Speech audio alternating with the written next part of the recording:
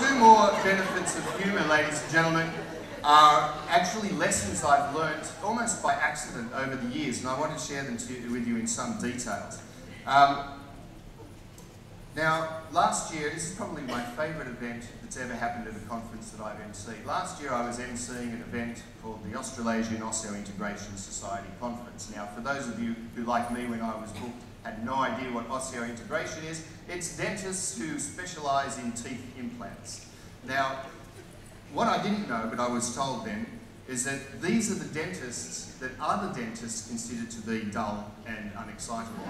So, you can imagine they've never ever used a professional MC, let alone anyone with humour. They've never had anything other than a conference chair or committee member go on stage and be the formal chair of the conference. Now, who here has been involved in a conference like that, whether it's medical or whether it's any other industry? Okay, it's quite a common thing out there, and it's anyway. Huge kudos to Briley McFarlane at MCI Australia for winning the AOS on board. I don't know how she did it, but let me tell you something that happened at that particular event. After some hesitation, the AOS board agreed to allow me to contact the speakers, right, all of whom were highly regarded international professors of dental surgery, or indeed dental surgeons themselves. And this is an important part of my preparation because by emailing the speakers in advance of the conference, I get to find out information that I would never find out otherwise, and that helps me write really interesting introductions for them. It also, secondly, helps me because it starts my relationship with the speakers well in advance of the event. Often I don't meet a speaker until 5 minutes there before they get up on stage. So I wrote to all the presenters, they wrote back, and one of them, a Belgian professor, Hugo de Bruin, wrote back saying, "Sorry, Darren, I do not have more to say than what is in the abstract book. All the other things are more my personal life, and I want to keep them private.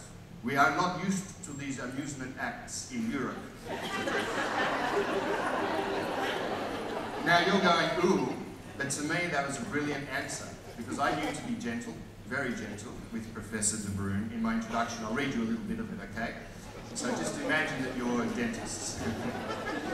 Next up, we're going to hear from Professor Hugo de Bruin, who's a full-time professor in the Department of Periodontology at the University of Ghent, a very picturesque town in Belgium.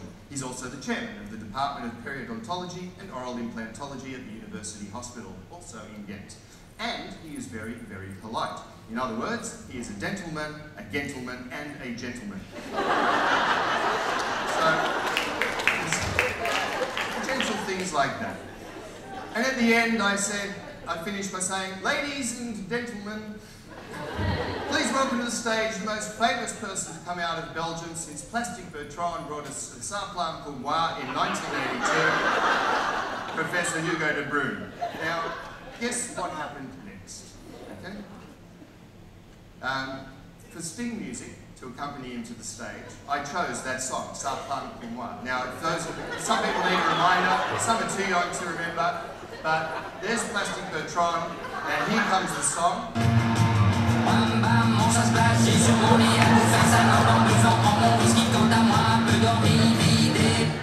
Right.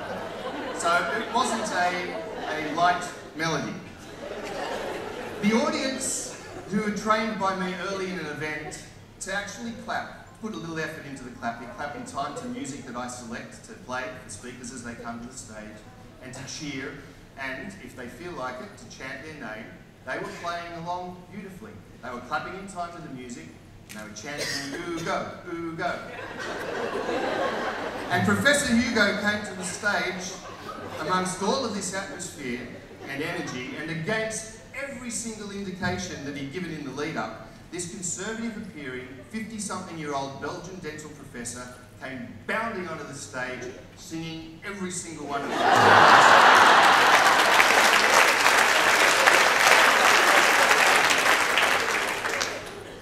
Even when the music faded down, he kept singing. And the audience of dentists kept applauding in time to the beat.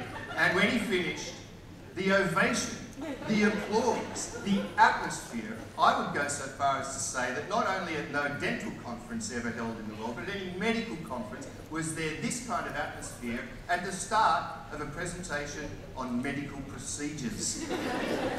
needless to say, it did become the highlight of that conference. Everyone spoke about Hugo de Bruyne, but most importantly for me, and most importantly for the lesson I'm trying to tell you is, from that moment on particularly, at that conference, every time we were in that plenary room, the audience was sitting there and wondering, something else could happen. Something magnificent could happen. And I thought to myself, this is fantastic for the delegates. Their conference room has become a great place to be for lots of reasons. And the point I'd like you to consider, especially those of you who are PCOs, if you or your client are deciding and over again, there is no real place for humour in our events, really. I understand, Darren, that our people are quite serious and they wouldn't cope with it. Then all you're doing is you're totally denying the delegates of those events the chance to experience magic. So I'm asking if you'd just reconsider.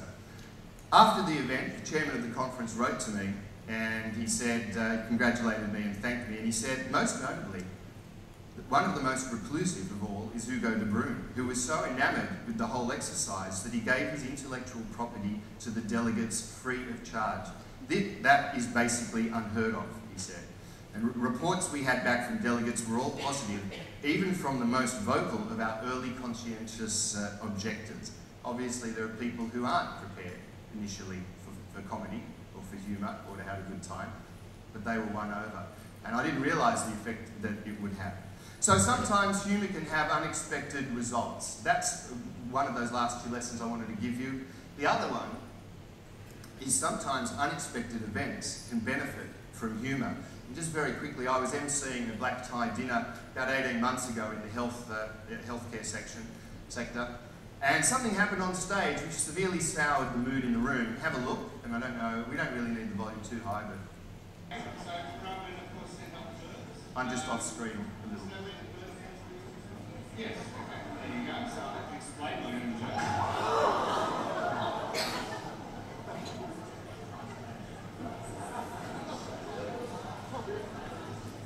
I checked to see if everyone was okay. I was worried about ankles in my health.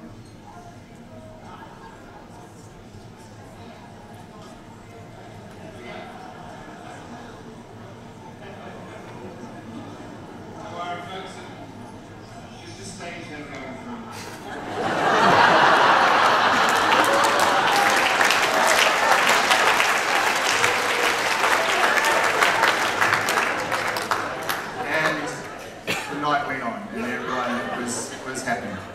So the bottom line is, folks, that if you in your conference organisation are not doing things to entertain and to engage your delegates, then they are going to entertain themselves, and that's going to affect how much they learn. As this quick clip of a Japanese schoolroom shows. I like this.